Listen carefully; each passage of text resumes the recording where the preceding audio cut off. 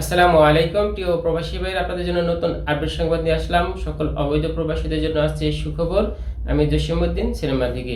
প্রিয় প্রবাসী ভাইয়েরা, আমি দীর্ঘদিন যাবৎ আপনাদের মাঝে বিভিন্ন তথ্যগুলো শেয়ার করতে পারিনি, সেই জন্য দুঃখিত।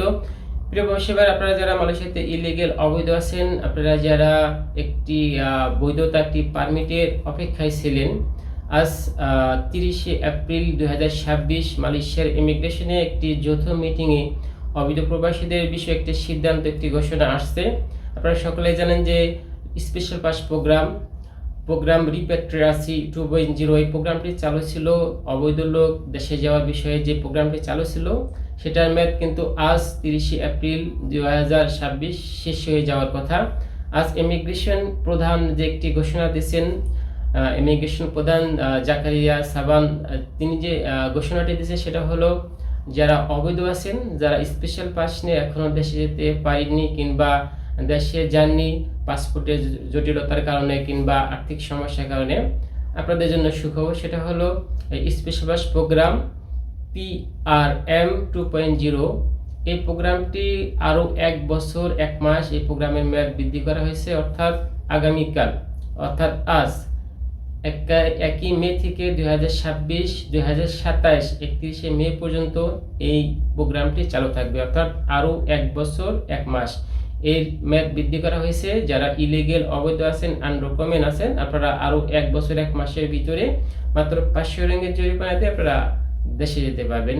আপনারা অনেকেই এই 30শে এপ্রিলের ভিতরে অনেকেই আপনারা দেশে যাওয়ার প্রস্তুতি গ্রহণ করতে পারেনি। আপনারা অনেকে হতাশায় পড়েছিলেন যে পরবর্তীতে কীভাবে দেশে যাবে, অনেক টাকা পয়সা লাগবে, অনেক প্রসেসিং।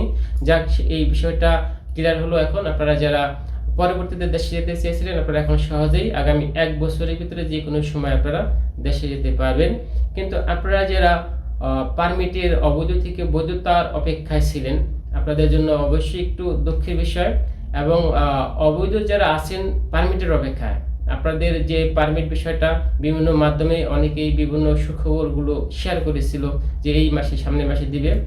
আমি কিন্তু আরও 2 বছর আগে আপনাদেরকে বলেছিলাম যে 2028-27 শেষে কিংবা 2028 মাঝামাঝি সময় ছাড়া পারমিটের কোনো সুযোগ নেই।